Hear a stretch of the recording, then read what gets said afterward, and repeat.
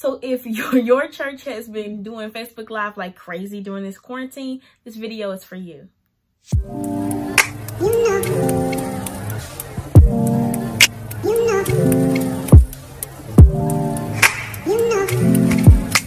Hello, my name is Alexa Vaughn, and I make videos about growing in Christ, gaining a community of believers, and hopefully making a change in the world. If you're new to my channel, please consider subscribing. And if you like this video, definitely remember to hit that thumbs up and ring that church bell so you don't miss any of my notifications. All right, with that being said, let's get right into the video. Okay, so with this quarantine and everything that's happening, it has definitely presented a challenge to most churches who are not already fully literate with social media. And so most of the time you would see that Facebook Live has basically been the lifesaver for a lot of these churches. But I am just a little bit, no, not a little bit. How about I am mega disappointed in the lack of creativity. And I've always talked, well, not always, but since this channel's infancy, well, no, I can say always really, because I've always talked about how, you know, as a church, we always need to just kind of move forward and be more innovative when it comes to our ideas. And, you know, a lot of times we just stick to the traditional same old, and it's become lackluster, you know. So I'm not putting, you know, anybody who does the Facebook Live thing down, because my church does the Facebook Live and it has its usefulness. But I also want to challenge, you know, you guys, you know, you churches or people who, you know, basically you members who have that type of authority to kind of put a bug in whoever's ear is over that. Like, hey, you know, there's different avenues that we can pursue here. We can do, and even if you continue to do Facebook Live, go beyond just having your sermon on Facebook Live. Like, go beyond that. Like, have more interaction between you know, the pastor or whoever is preaching and the congregation. Like, you can set up a Q&A, or, you know, you can set up like they had one where, see, it wasn't Facebook Live, it was Zoom, and they had like a conference, and they had like all the different choir members, and they were able to sing, and it just uplifted everyone and all that kind of stuff. So as I was stating before, you know, there's different platforms that you can use. Like I said, you can use Facebook Live, you can use Zoom, you can do live on Instagram. That would be so cute. You know, live on YouTube.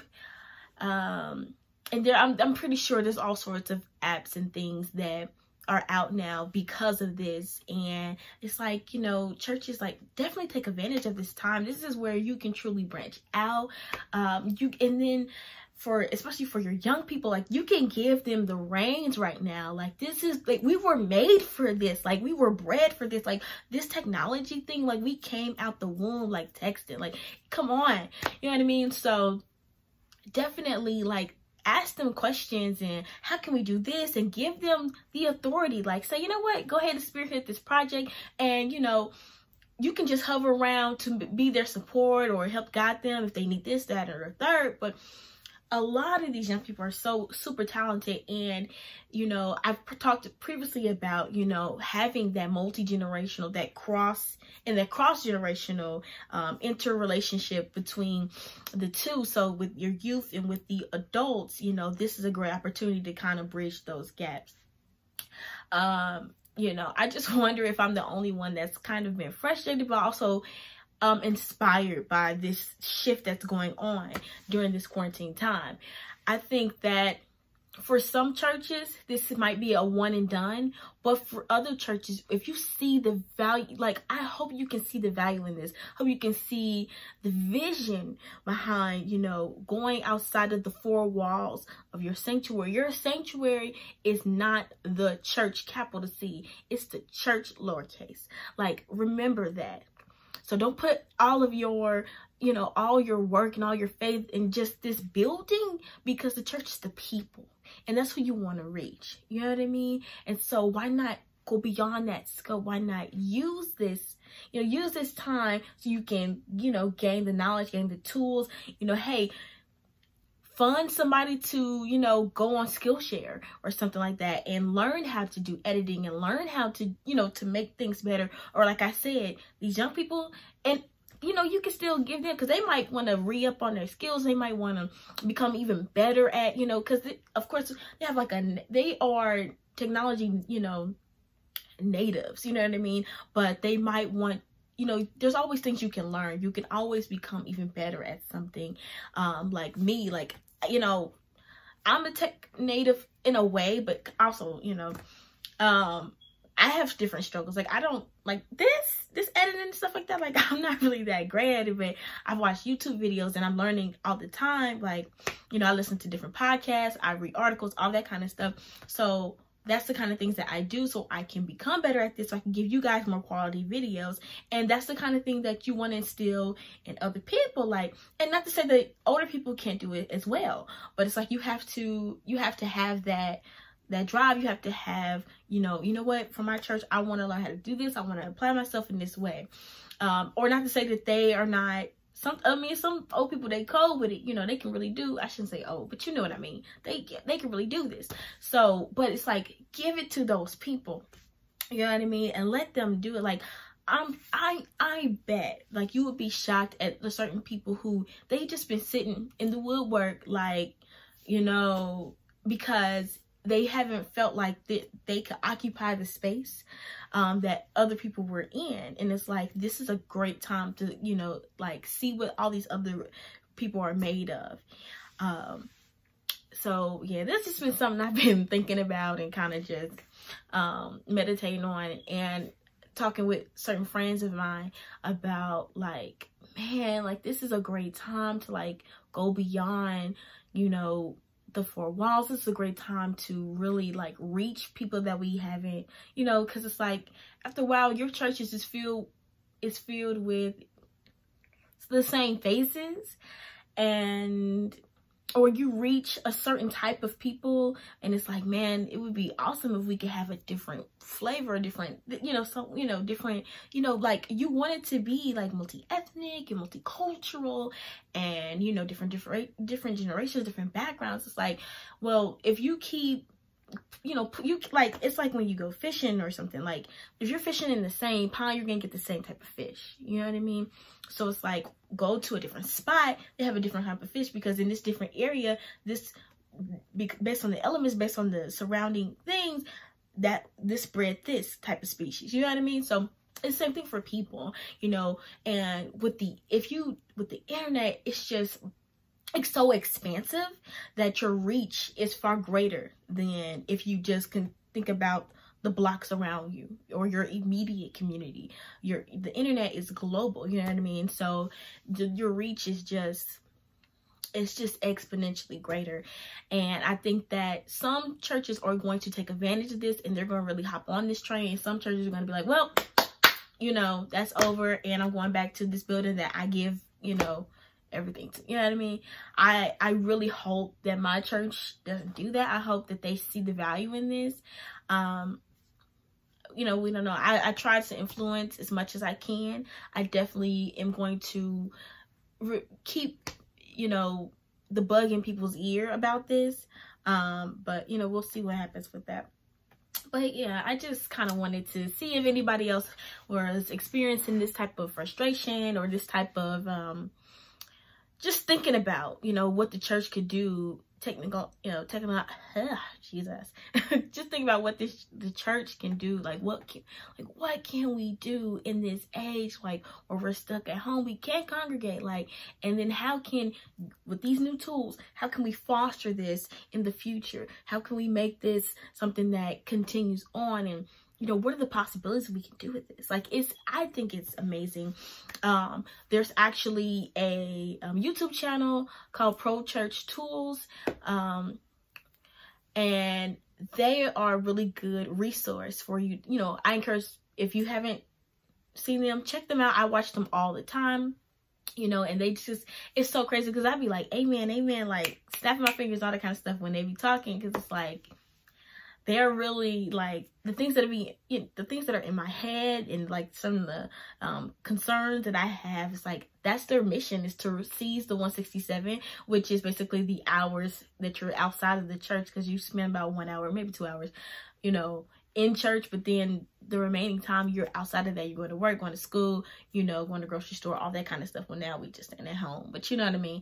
And so it's like, man, like, what can we do outside of this building? What can we do outside of this 1 hour to reach souls? Because ultimately, isn't that what we're supposed to do? We're supposed to go out and teach the gospel, you know, bring the good news. And it's like, there's so many more avenues than just come to this building, because God is not contained to just this building. You know what I mean?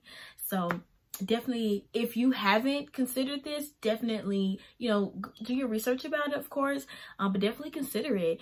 And I would say, you know, if depending on what position you have at your church or whatever, like, put some bugs in people's ears and let them know, like, hey, this is an avenue that we have. This is something that we can all strive to do, or like let's investigate this. Let's see what we can do, like with our Facebook, if we don't have Facebook, let's get one. Like, let's get an Instagram, a Twitter, whatever. Like, let's see how we can, you know, spread the gospel.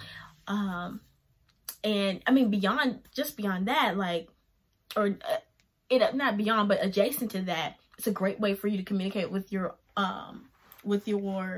church now, like with your you know, community of believers already. Like, you guys can be interacting. Like, I think about all the times where I'm just like, I wish I had like a really, well, off and on, I've had like a really strong group of friends at church, but there are some times where it's like, man, like, you want like a mentor type of feel. And you know, my peers are great, love them, but sometimes you just need like an adult, or you need someone who's already gone through what you're going through right now, so you can learn from them and glean from them. And I just think that a lot of times you can use social media and other avenues like that to help with that relationship that you're seeking and desiring. So I think that that's something that we should take a look at. I think that's something that we should investigate. And let me know what you think as well in the comments. But I definitely feel like there's so much that we can do. There's so many different things that we can try. And, you know, let's not be content with the status quo. Let's reach for higher. Like the church is supposed to be more than just this building. The church is supposed to be more than the church is not supposed to be stagnant, and it's not based on tradition. Like, God doesn't want you to have tradition, you know what I mean? He wants you to have faith. He wants you to have belief. You know, all that other stuff, you know, is immaterial. So why not stretch yourself and do something different? You know what I mean? But yeah, that interpersonal relationships with the people at your church could be amplified, or even could start in some cases just by, you know, utilizing something besides the church, because you can always meet at the church, and sometimes you can't always meet at a coffee house or whatever, especially nowadays. But it's like, man, if you already had that system in place where you had the small groups and you had the mentorship, and then we doing this, then you could still be talking to your disciple, or, you know, your mentor. You know, y'all could Zoom each other and have that, you know, have that, or FaceTime or whatever, you know what I mean? Like, that would be amazing. Like, I want that. Like, really, if I really had like something like that, it would be so great. Like, and what's so crazy is that's kind of what I started my channel for, was that I was desiring to have that relationship with other believers. That's like why it's in part of my mission, you know, grow in Christ and gain that community of believers. So that's why I even started this YouTube channel, because I was feeling alone. Like, I have friends at church, but you know, everybody's not in the same space that you are in. So, you know, they can be your friend in this instance, but not in every instance. And sometimes you just want that spiritual like connection with other believers. You want to like hear what scriptures they're reading, what songs they're listening to, like all that kind of stuff. You want to hear their testimonies, and you know, you want to hear their struggles, so you can know it's not just you. Like, that's kind of why I started this channel. Well, not kind of, that is why I started this channel. And you know, also to share the gospel as well. So anyway, I'm gonna get off my little soapbox for now. It's probably gonna be like a part 2, 3, 4, 5, 6, you know what I mean, with this, because there's just so much to talk about. And I definitely plan on having other people on once we get out of this season and all that kind of stuff, to bring their ideas, perspectives to the channel as well. But I'm going to go ahead and end this video here. Thank you guys so much for watching. Like I said, don't forget to subscribe. Click, it's either here or here, for another video of mine. I definitely have a couple more dancing around out there.